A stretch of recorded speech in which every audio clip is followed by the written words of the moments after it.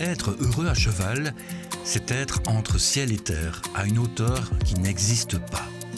Dans cette citation de Jérôme Garcin, on perçoit la plénitude que le cavalier peut ressentir lorsqu'il part en randonnée avec sa monture.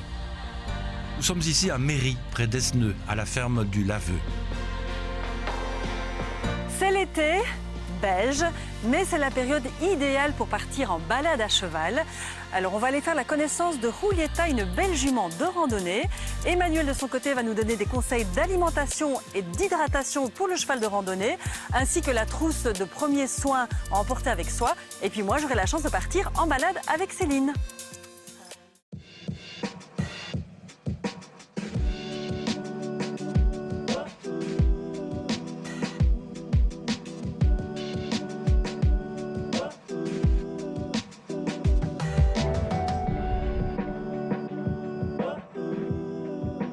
Bonjour Emmanuel. Bonjour Corinne. Tu es bien accompagnée? Oui. C'est qui? Je te présente Enoy. Ah bah voilà, enchantée. Cheval de randonnée. Et justement, par rapport à ça, en termes de liberté, sur quoi est-ce que tu as envie de mettre l'accent? Alors, ce sera très important la liberté de soins, mais aussi la liberté d'alimentation, parce que ça demande d'anticiper un petit peu. Quand on part en randonnée plusieurs heures, plusieurs jours, il faut s'assurer que le cheval ait de quoi boire et de quoi manger tout le long de son parcours.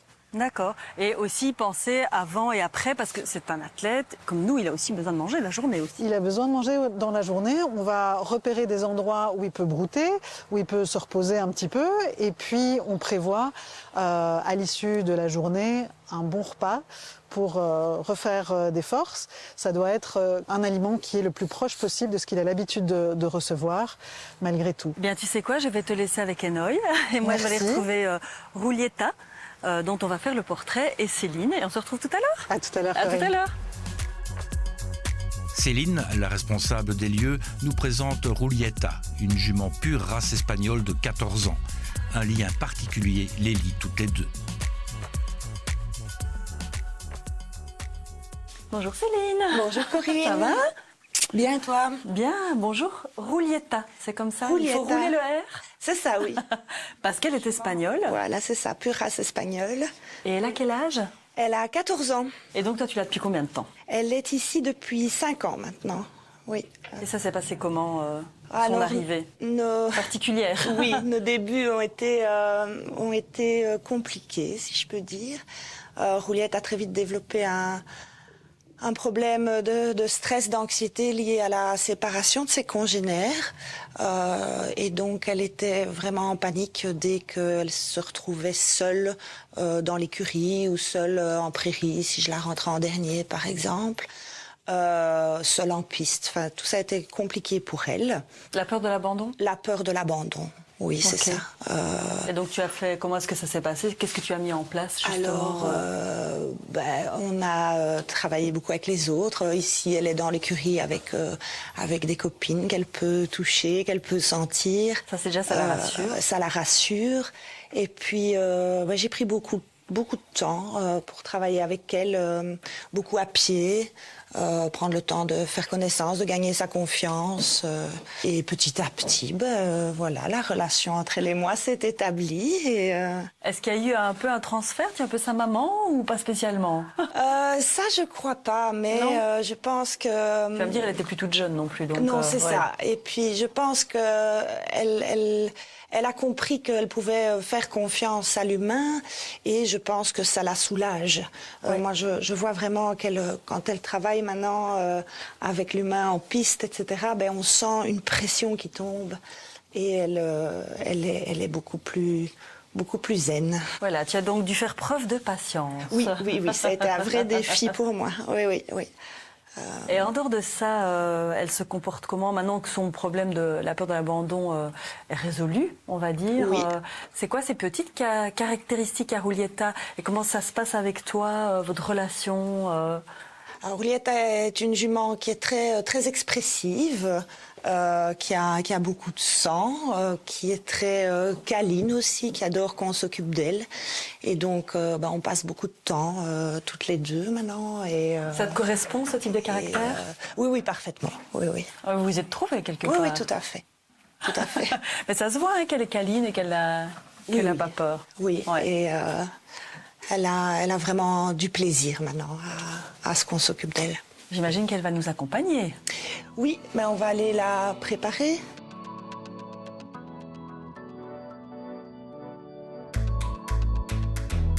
Quelle élégance et quel peps se dégage de ce cheval et une fierté typique de la race espagnole.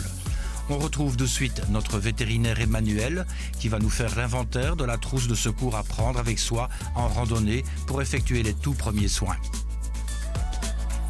Quand on part en randonnée, ça ne s'improvise pas, il faut veiller à avoir quelques éléments dans sa trousse de soins, dans sa trousse de secours, en cas de petits bobos ou de problèmes. Important, avoir un seau qui permet au cheval de boire. Donc ça, c'est un seau qui se plie. On met de l'eau dedans, ça peut permettre au cheval de boire, mais aussi d'avoir de l'eau si jamais on devait nettoyer une plaie.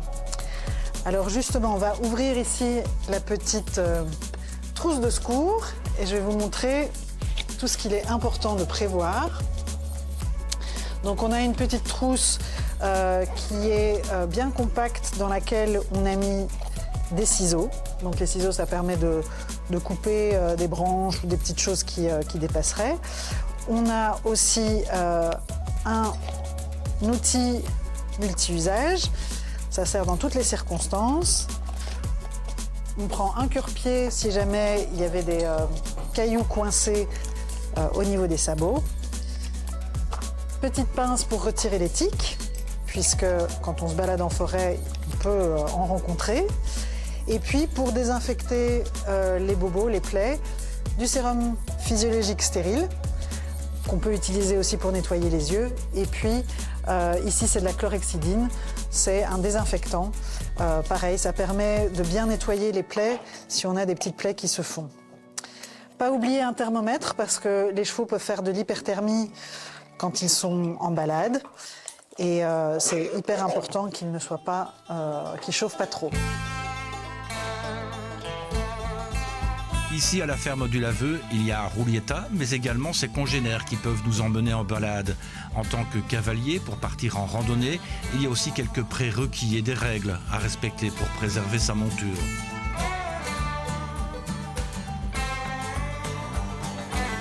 Alors voilà, on est prête à partir en randonnée avec Opaline et Julieta. Et Julieta, oui. Comment ça s'est passé avec elle au début quand tu es partie en randonnée? Les toutes premières randonnées ont été un peu compliquées. Julieta paniquait, elle avait peur de partir seule, d'être devant. Donc on a fait beaucoup de randonnées avec Opaline justement, qui a plus d'expérience, qui est très posée. Et maintenant Julieta est également posée. Elle a appris, oui.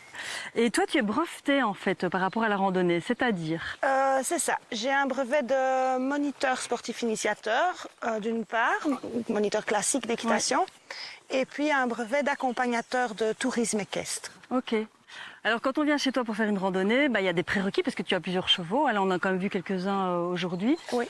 Qu'est-ce que tu demandes à la personne qui va partir avec toi en randonnée? Alors moi je regarde à ce que la personne soit à l'aise aux 3 allures, pas trop galop, parce que en extérieur, même si on se dit qu'on va partir au pas, on ne sait jamais ce qui peut arriver. Donc on doit être capable de rester en équilibre sur son cheval aux 3 allures. On trotte enlevé, on galope en suspension. Donc, galop en suspension. Il faut maîtriser ça. C'est idéal pour soulager le dos du cheval. Ok, super. Qu'est-ce que tu penses là? Qu'on est prêt à monter en selle. Alors je vais regarder comment tu te débrouilles. Ok, toutes les recommandations d'usage ont été faites. Le cheval est prêt, on a bien tout regardé ensemble. Ok, alors moi pour que tu saches, j'ai fait la monte américaine. Donc déjà quand je monte sur le cheval, c'est déjà pas du tout la même chose qu'ici. Et je monte en m'accrochant à la crinière. Mais tu vas me dire qu'ici je dois faire autrement. Non, pas du tout. Une main sur le trousquin, derrière la selle, et l'autre main qui tient la crinière du cheval. Ok. La crinière, il n'y a pas de terminaison nerveuse dans la crinière du cheval, donc on lui fait pas mal quand on tire dessus. Oui, elle est grande. Voilà.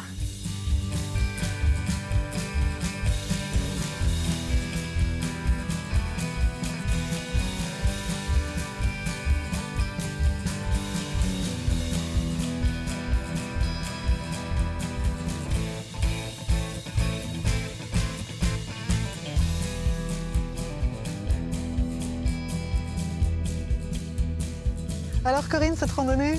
Eh ben écoute, franchement super. J'ai vu aussi que Céline était attentive à plein de choses. Et notamment, à quoi faut-il faire attention quand on part en randonnée comme ça? On ne se rend pas compte en partant en balade comme ça, les chevaux doivent être bien prêts. Donc on ne sort pas un cheval du pré pour l'emmener en randonnée. Il faut qu'il y ait une bonne condition de fond et un travail régulier au cours de l'année pour préparer cette randonnée. Oui, comme les particuliers qui laisseraient leurs chevaux 6 mois en pâture puis qui tout d'un coup partiraient 3 jours avec. Ça, c'est pas possible. Ça, c'est À ne pas pas possible. faire. À ne pas faire. Ouais. Et alors l'autre chose, c'est comme nous, quand on part en trail, il faut veiller à ce qu'on n'ait pas de cailloux dans notre chaussure, qu'on n'ait pas des vêtements qui frottent. C'est pareil pour les chevaux, il faut être super attentif à ce qu'ils ne développent pas des problèmes au cours de la randonnée qui empêcheraient le cheval de continuer dans le confort et dans la sécurité. Donc veillez à ce qu'il soit bien hydraté, les signes de déshydratation, regardez les plis de peau, les muqueuses, comment le cheval respire, est-ce qu'il a beaucoup transpiré, est-ce qu'il se mobilise comme au début de la randonnée, ou bien est-ce qu'il est un peu plus raide ou irrégulier. Tout ça, ça doit être des signes d'appel qu'il faut absolument veiller à être attentif. Un grand merci, Emmanuelle. Avec plaisir. Et je te souhaite un bel été. Merci, belge. à cheval. À cheval, voilà, exactement. Heureux à cheval, nous le sommes. Mettons donc en place ce qu'il faut pour partager ce bonheur avec notre monture. Pour partir en randonnée, il faut être âgé de 12 ans et être accompagné d'un adulte de plus de 21 ans, 14 ans pour partir seul et enfin 16 ans pour partir avec un attelage. Au cours de votre balade, faites attention aux graines d'érable, sycomore, ainsi que ces jeunes pousses qui peuvent entraîner la myopathie atypique du cheval, généralement mortelle. Il y a également l'IF dont il faut se méfier, car si votre cheval en ingère 100 à 150 grammes, cela peut également être mortel. De manière générale, pensez à vous renseigner sur les différentes plantes toxiques et mortelles pour votre cheval. Et puis pour finir, ne négligez pas le pansage de votre monture avant et après la randonnée, et ce, afin de le détendre, mais également pour identifier certaines douleurs et d'éventuelles blessures. Nous avons hâte de vous retrouver pour la prochaine émission et pour que vous puissiez participer à l'élaboration de la prochaine, n'hésitez pas à nous faire part de vos envies et de vos questions sur l'adresse mail équilibre@bouquet.media.